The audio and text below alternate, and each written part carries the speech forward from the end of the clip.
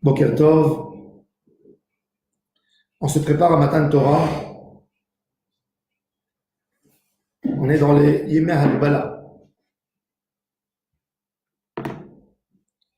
On a une mitzvah de se rappeler chaque jour le moment où on était devant le mont Sinaï. Zachor, Yom Asher Ha'amadta Lifnei Adonai Elohecha Bechorev. Le Mishnah Berurah ramène cette mitzvah dans les 10 Zechirot. On a tous les jours 10 choses qu'on doit se rappeler. Mitzvah Ta'aseh Min HaTorah. Ve'odatam levanecha, ve'livnei vanecha. Yom Asher Ha'amadta Lifnei Adonai Elohecha Bechorev. Tu as le rôle de transmettre à ton fils et à ton petit-fils le jour que tu étais devant Dieu dans le mont Chorev. Chorev, c'est Har Sinaï. Et la question qui se pose, comment je peux transmettre à mon fils une image que moi je n'ai jamais vue? Comment moi je peux transmettre à mes enfants Matan Torah 6 mois encore physique, je n'ai pas assisté en Matan Torah. Il est vrai que la Gemara nous dit que chaque jour c'est Matan Torah. Le Khatam Sofer nous dit, à propos du texte dit par nos sages dans le Talmud, Bechol yom vayom yotzet bat kol mechorev ve'omeret. Tous les jours, il y a une voix divine qui sort du mont Chorev et qui dit, et qu'est-ce qu'elle dit? Oy lahem la beriot me'el bona shel Torah. Malheur aux êtres humains qui humilient la Torah. Et le Khatam Sofer dit, mais on n'a pas écouté cette voix divine. Comment ils le savent, nos sages? Que tous les jours, il y a une voix divine qui sort. Et il dit, celui qui est proche d'Hachem, il entend cette voix tous les jours. Comment on peut arriver à ce sentiment de Matan Torah? Il faut faire marcher l'imagination, ou il suffit d'étudier un livre. Comment on arrive à faire un vrai Matan Torah que je puisse transmettre à mes enfants? Ok, première génération, ils étaient devant le mont Sinaï, ils ont vu Akadosh Baruch Hu qui est descendu du ciel avec tous les anges, Rechev, Elohim, Ribotaim, Alfei Shinan, Adonai Bar, Akadosh Baruch Hu qui descend avec toute sa pamalia d'en haut. Comment moi, homme simple comme je suis, comment moi je peux sentir Matan Torah? Comment je peux sentir Matan Torah?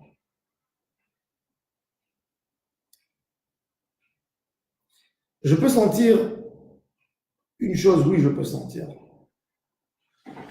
Je peux sentir que je ne vaux rien sans Akadosh Baruch Hu. Tous les jours, je peux sentir. Que l'homme en soi, il n'est rien du tout sans Hashem Yitbarach. Je peux le sentir tous les jours. Quand l'homme, il comprend qu'il n'a aucune place sans le chesed d'Hachem dans ce monde, automatiquement, il remercie Akadosh Baruch Hu qui lui donne, qui vient comme le grand soutien et qui lui donne quelque chose. Un homme qui se trompe, il est perdu complètement dans une forêt, dans un endroit où qui a des animaux dangereux, qui a des pièges partout. Il est entre les arbres et il prie et tout d'un coup, il lui tend du ciel cadeau un GPS. Tac, tac. Il met le localisation et hop, il lui trouve une route sans aucun problème pour arriver à sa destination. Quelle joie, quelle simra. Le Matan Torah, c'est la situation de nous tous. On se trouve dans un monde plein d'obscurité. Un monde qu'on ne sait pas. On ne sait pas quoi faire. On ne sait pas ce qui est bon, ce qui n'est pas bon. Et l'homme doit être conscient à quel point il est petit. L'homme doit être conscient à quel point il est petit et à quel point il ne sait pas quoi faire. Et là, tout d'un coup, tu reçois le livre du ciel, la Torah qui est ton GPS pour te guider. Comment tu trouves le bon chemin, tu traces ta vie sans tomber dans le piège. Ça, c'est Matan Torah que chacun de nous peut le recevoir tous les jours. La question, tu n'apprécies pas le GPS parce que tu ne sais même pas que tu es perdu. Il y a un homme qui est en plein jungle, mais il voit, il y a les noix de coco à côté, il y a les ananas. Et tu viens, tu lui donnes un GPS et il te dit, enlève-moi ce truc, ne m'embête pas avec ça. Laisse-moi avec ma noix de coco, je suis en train de manger, laisse-moi avec l'ananas. Il ne sait pas que le soir va arriver, il y a des lions qui vont tourner ici. Il est dans la jungle, mais il pense qu'il est dans le plus bel endroit du monde. C'est exactement ça. C'est pareil pour nous. Un homme, il ne comprend pas dans quelle obscurité il est, c'est pour ça qu'il n'apprécie pas la Torah. Quand tu ne comprends pas où tu es, ben vadaï que même ta Torah, il n'y a pas de Matan Torah. Tu ne veux pas recevoir la Torah. Tu dis, je m'arrange très bien même sans la Torah. La Torah, elle est peut-être ici pour m'embêter, pour me dire ne fais pas, moi je veux tout faire. La Torah, elle vient me limiter. Un homme comme ça, il est très loin de Matan Torah et il ne peut pas transmettre jamais une Torah à ses enfants. Quand la Torah, elle te dit, tu feras savoir à tes enfants et à tes petits-enfants le jour que tu étais devant Hachem, c'est-à-dire que la Torah te demande d'abord de comprendre, de faire un travail sur toi-même, où tu es. Le Baal HaTanya dit que la question la plus dure qui a été posée à l'homme, c'est ce que Dieu lui a dit après la faute. Il a mangé, il a dit Ayeka. Ayeka, c'est pas où es-tu, je te vois pas. Non. Ayeka, c'est dans quelle situation tu es. En hébreu, on dit la mamiata. C'est toujours, quand tu as une petite dispute, alors il te dit qui tu es. Alors, il te dit, je t'ai pas dit dans le sens qui tu es, est-ce que tu t'appelles Maurice, ou tu t'appelles Abraham, ou tu t'appelles Yitzhak. Mata! Qu'est-ce que tu vaux? C'est pas qui tu es. Qu'est-ce que je suis, moi? Oui. Qu'est-ce que je suis? Ça, c'est la question que l'homme doit se poser la question. J'ai quoi comme valeur à amener dans le monde? J'ai quoi? Quand tu comprends ça bien, tu comprends que tu n'es rien. Et que tu comprends que t'es rien, mais rien dans un monde où que la mission est tellement grande et que je dois revenir avec une réussite. Et je peux avoir une vie entière qui passe dans l'échec, que j'ai tout échoué. Parce que je ne savais même pas comment il fallait me diriger. Là, quand on te lance le GPS, on te le donne, tu cours, tu le cherches. Torah, Nikret Torah. On remercie Akadosh Baruch Hu, Baruch Ata Hashem. Hashem natan lanu et Torato, Torat Emet. Merci Hashem que tu m'as donné ta Torah.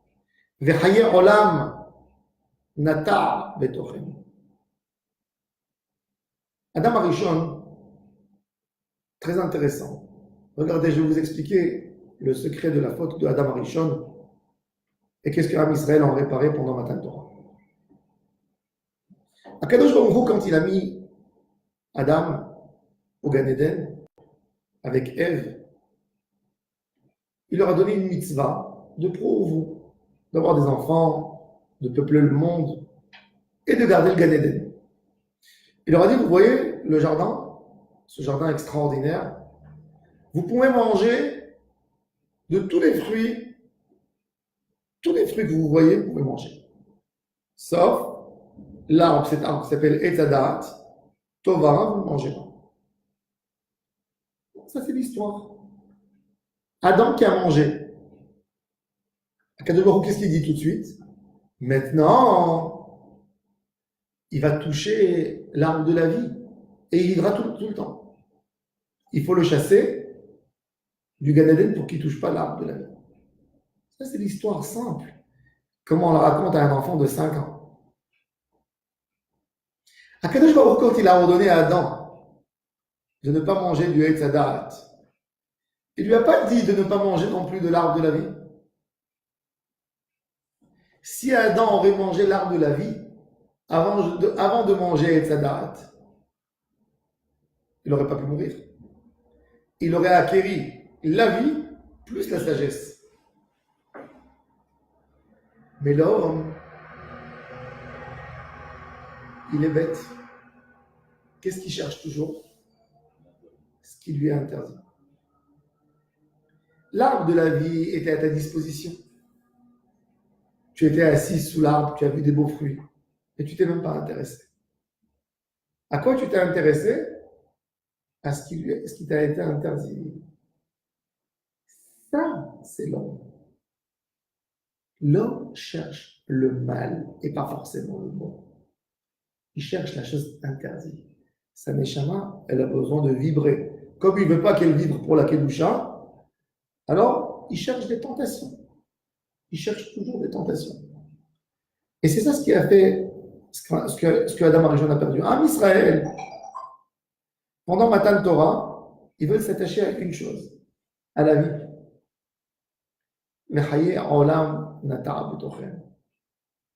Après 49 jours, la sortie d'Égypte, ils ont commencé déjà à s'habituer à la manne. Aucune exigence de nourriture spéciale. Ils ont commencé à annuler les ta'avot.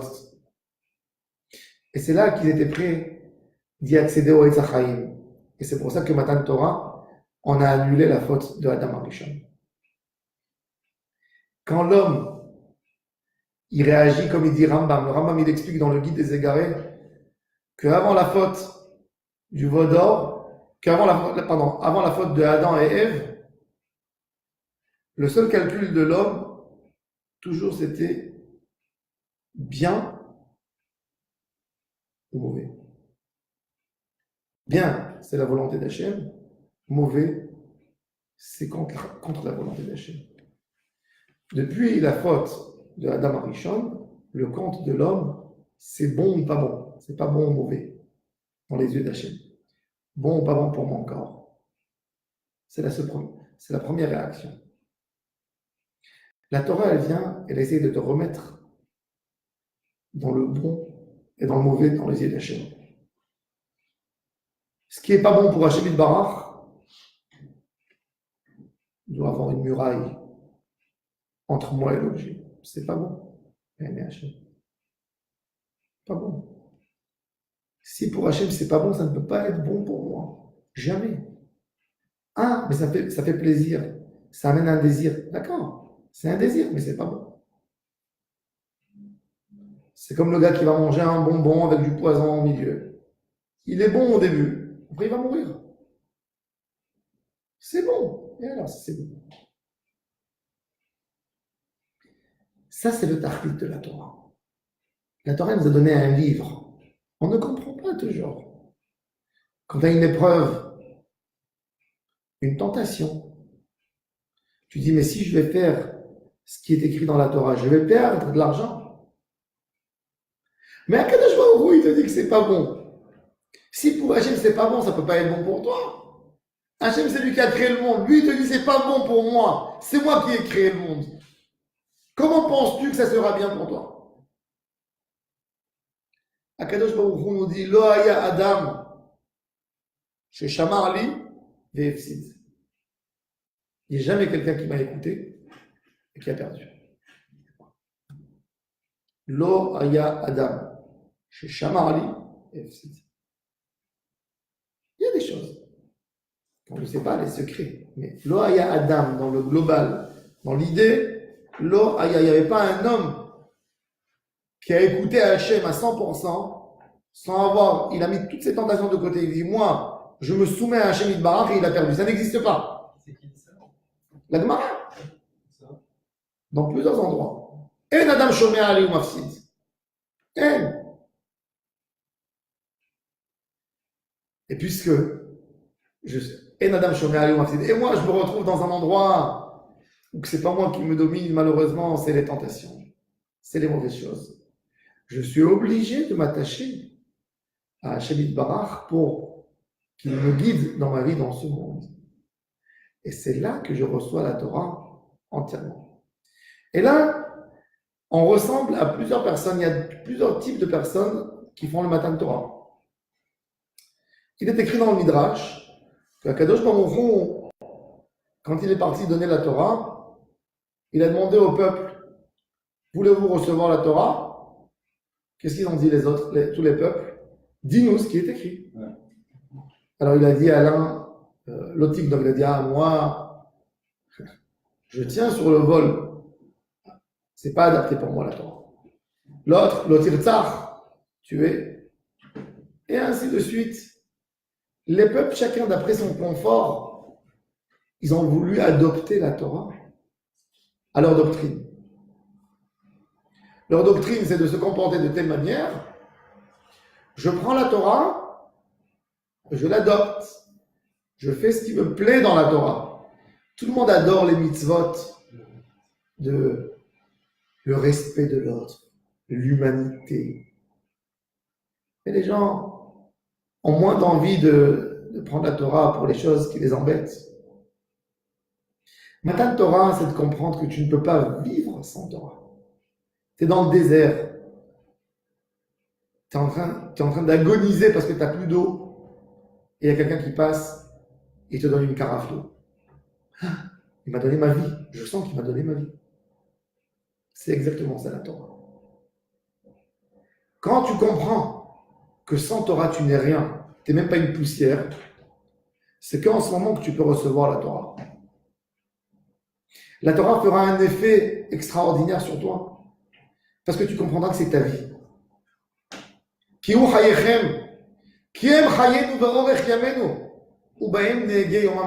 qu'on dit dans la tefila?